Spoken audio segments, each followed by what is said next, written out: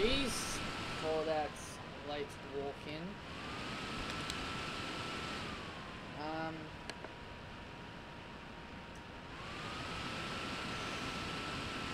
So who wants to talk? I have one question for everybody here tonight. Who wants to talk Monday Night Raw?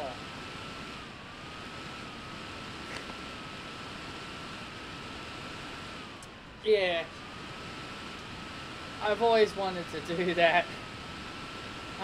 Anyway guys, welcome to my Monday Night Raw review. I don't know what to really say about Monday Night Raw tonight. I really don't. I really don't know what to say. I felt like this was another bad edition of Monday Night Raw.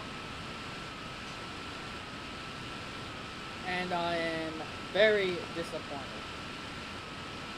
You know, when I watch something, I want to be genuinely excited, but for whatever reason,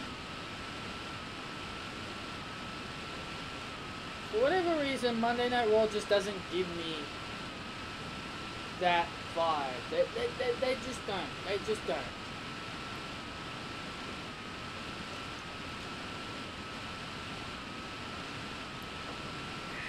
They just don't.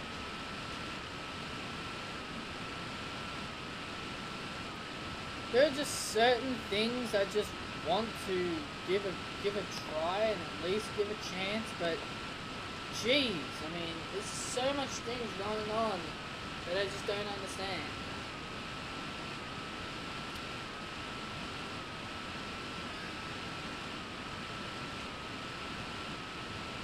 We start off Monday Night Raw with Elias. He holds a concert, showing the clip of him smacking Seth Rollins with his guitar and calling Seth Rollins a loser. Seth Rollins then eventually comes out with a steel chair.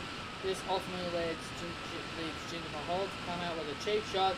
Both guys beat down on Seth, and out comes Roman Reigns.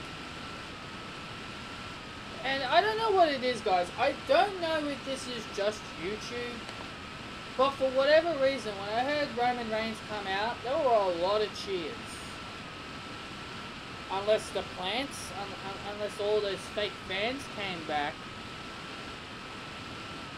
But what I'm trying to say is that when I was watching this through YouTube,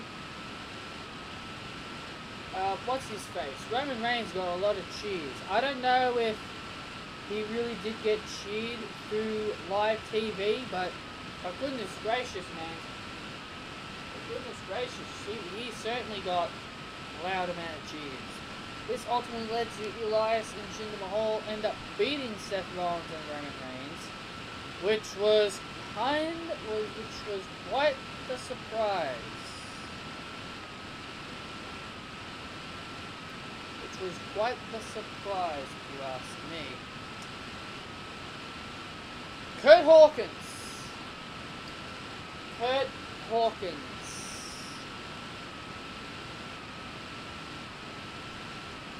If we're seeing Kurt Hawkins come out, then we know we're in for a bad show. Kurt Hawkins is set to take on a jobber by the name of James Harden. And if we know our jobber matches, this normally would lead to the actual wrestler actually getting a victory over the jobber. That actually didn't happen tonight. That actually did not happen tonight. Kurt Hawkins was setting up an opportunity to win, but then Baron Corbin's music plays. He comes walking down. He nails the end of days to James Harden. And this got Kurt Hawkins disqualified and gave James Harden the win. And this is loss $200 for Kurt Hawkins.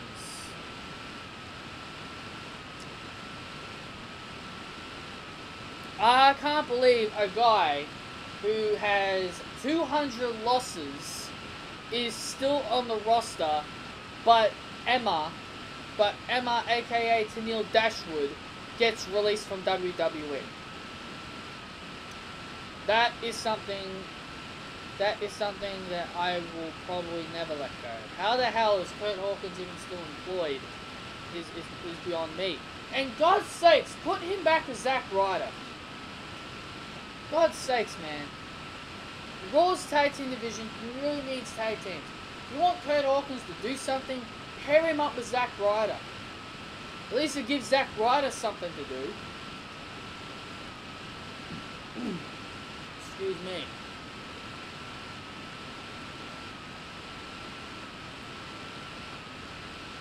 Then Baron Corbin, for whatever reason, he now starts this whole thing. I don't know what it is, but he tells Kurt Angle that he spoke with Stephanie McMahon and he's got it, and Stephanie McMahon's given him a job. Something about watching over Kurt Angle's actions or whatever. I'll get onto that when we get to these 6 women's tag. I'll get into that when we get to there. Then we had Nia Jax versus Natalya. Ronda Rousey, yes, Ronda Rousey was there. She came out doing what she always does, smile. You know? Not worried about her friend, she comes out smiling. Sitting at the announce table yet again, another week of Ronda Rousey not wrestling on Monday Night Raw.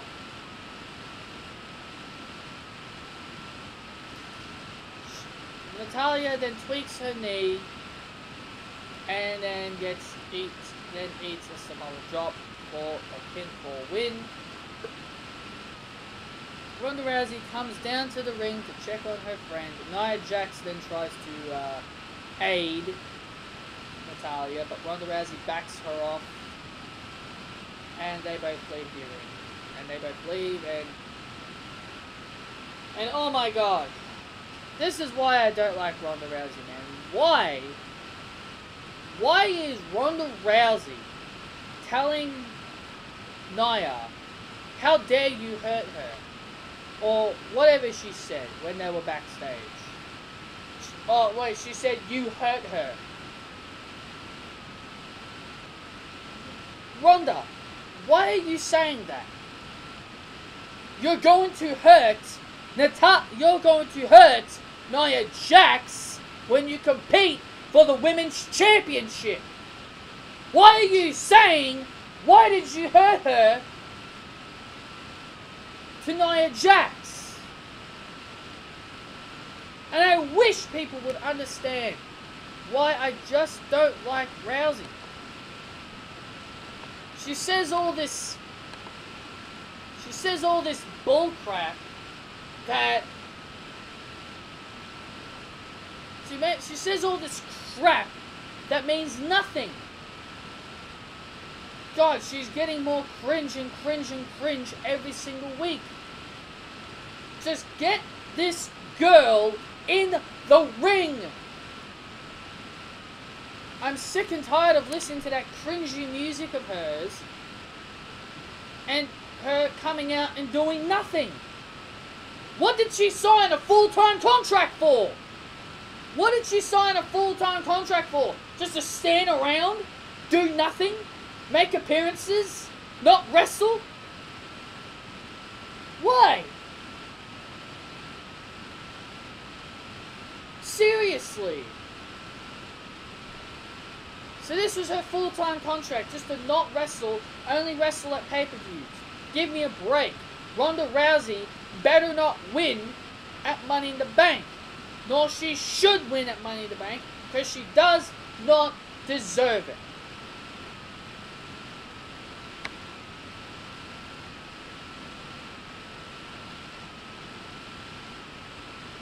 Braun Strowman versus Bobby Roode.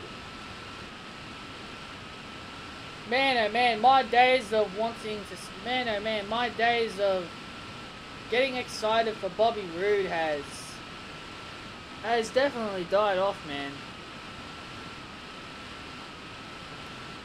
What are they doing with him? What are they doing? Is this the... I just don't understand it. I just don't understand it. If there is any reason why Bobby Roode is losing this many times, then I really hope that he actually wins Money in the Bank. I actually do. I actually hope that he actually grabs the Money in the Bank briefcase. Because what's the point in having him lose all these matches? He's in the Money in the Bank ladder match. But you're making this guy lose. Bobby Roode is not glorious anymore. There's nothing glorious about him anymore now. This is why I did not want to see him on Monday Night Raw, because I knew he would fall victim to all the people that Vince McMahon appreciates on Monday Night Raw.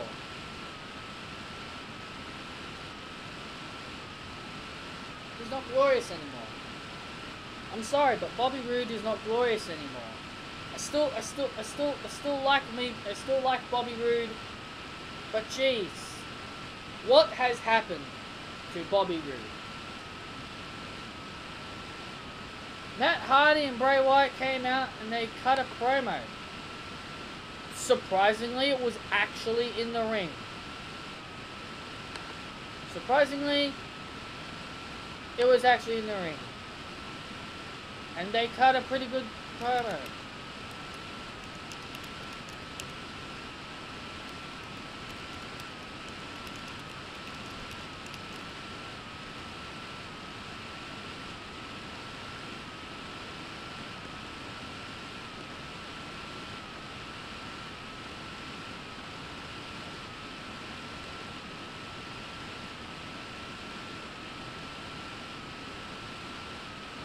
They talked pretty good promo. I'll give them that.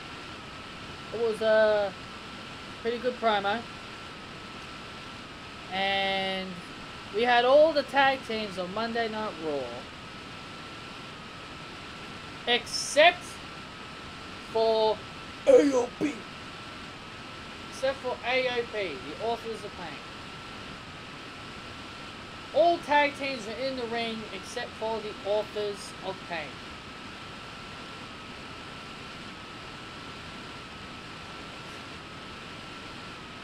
And what makes this even worse is that the first person that gets eliminated is Dolph Ziggler. Dolph Ziggler. And the problem here with this is that both members, if one member is eliminated, both men are eliminated. Why? So you're telling me Drew McIntyre could not compete for Dolph Ziggler? But when SmackDown Live had a Battle Royal similar to this one in 2016, when the one that the Hype Bros won, it was both members had to be eliminated in order for the team to lose. So, but on Monday Night Raw, it's one person that gets eliminated. That means the entire team is eliminated. Unbelievable.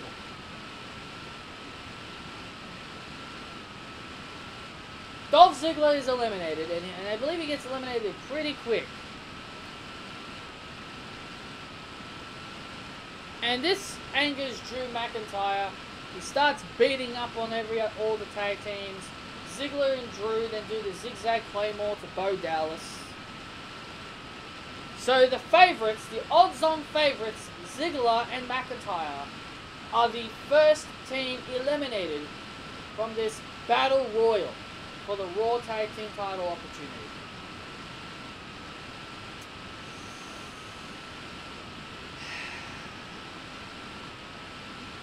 So much for all that build you did on Ziggler and McIntyre. Well, what is this? You build up. You built these guys up. You build Drew and Ziggler up as a legit threat to the tag team division. And you have these guys, the first team eliminated? And you had to pick the worst team of them all to win. You picked the B team. You would rather have the B team get a push instead of Ziggler and McIntyre? Are you serious right now? Are you serious, WWE?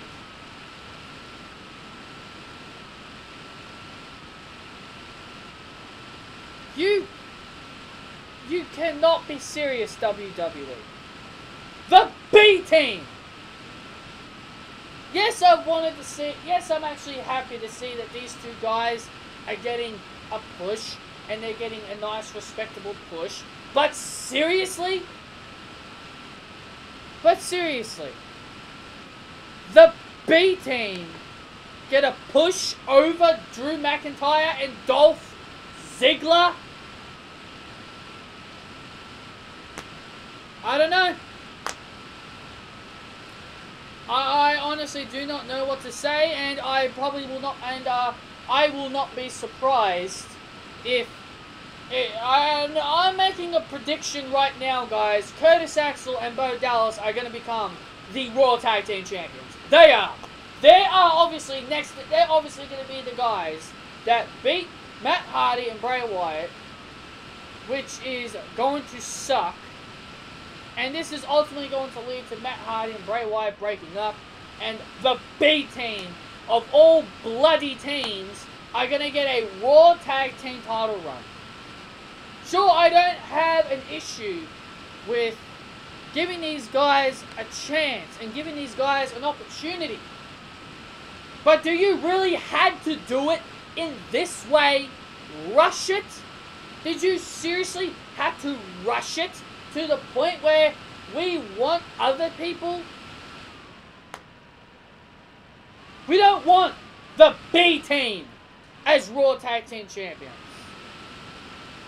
Everybody wanted Hardy and Wyatt to be Tag Team Champions. Then everyone turns on that within a few weeks. But still, it's unbelievable. The B team. The bitch team. Get the win here in this big tag team battle royal. This leads to the way the B team won was Heath Slater knocked his own tag team partner off the apron, which led to the B team winning.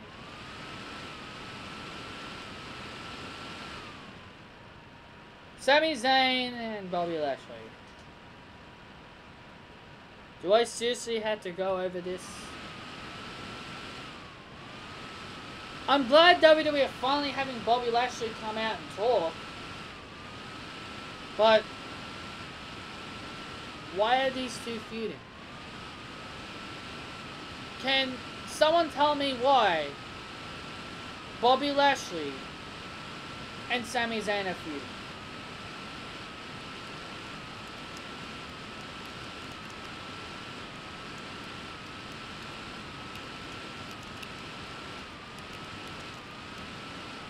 I don't understand it. I really don't. I really do not understand it. I find it ironic that this feud has by far been one of the worst feuds of 2018. And Jesus Christ, they're killing Bobby Lashley. WWE are really destroying Bobby Lashley. They are destroying the one person that they brought back to the WWE.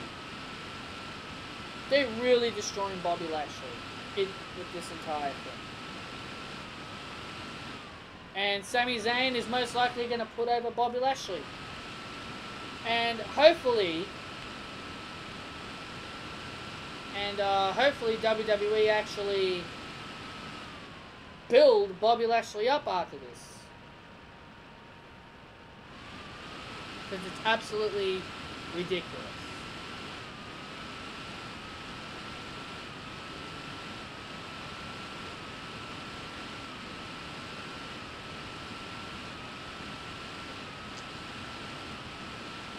Now, the match was originally meant to be Sasha Banks, Ember Moon, and Alexa Bliss versus the Riot Squad in a 6-women's tag. Oh, here we go.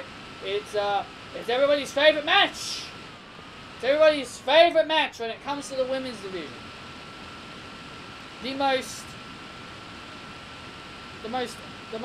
liked match of all the women's division. The most popular and the most liked match that every WWE fan loves to see. A 6-women's tag. The most beloved match of all time in the women's division.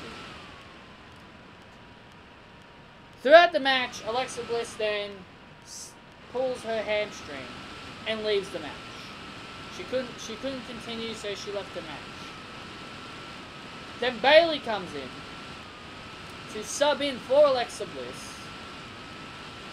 And they beat the Riot Squad. Bayley to Sarah Logan. And that was that. And then backstage, Kurt Angle tells Bayley off and says that you should not have been in the match.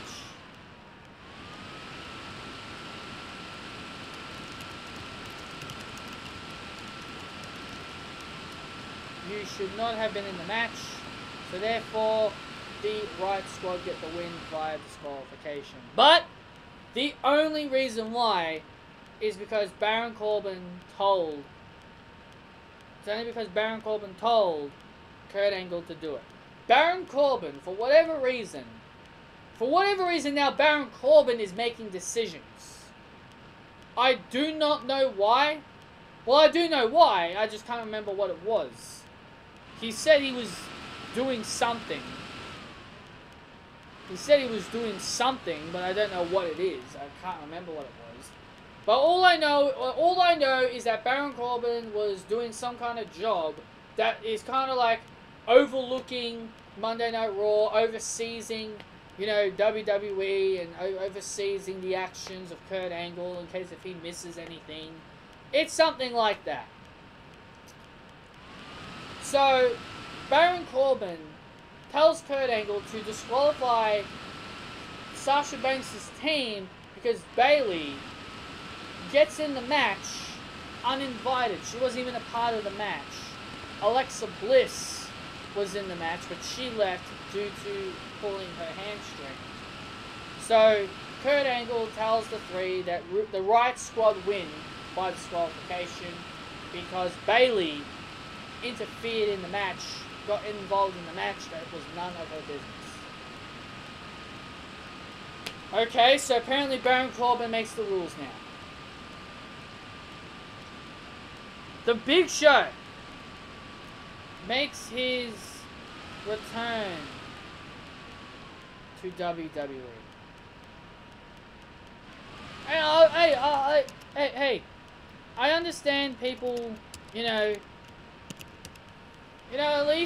at least the guy did not come back, and at least he was not put in a match.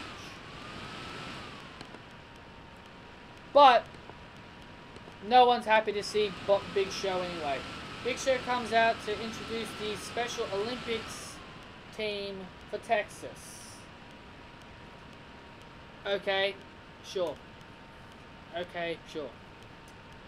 But that was all Big Show was there for. Finn Balor versus Kevin Owens. This was a good match, and these two can definitely, these two can definitely wrestle. These two can definitely go at it.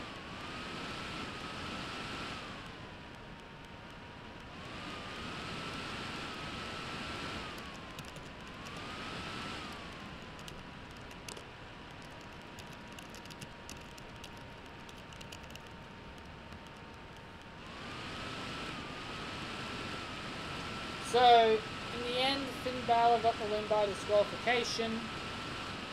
And this all led to a brawl, and Finn Balor did a coup de grace off the top of the ladder. And that's how Monday Night Raw closed off. In my opinion, Monday Night Raw was really boring. It really didn't do anything for me. It sure as hell wouldn't have done anything for you.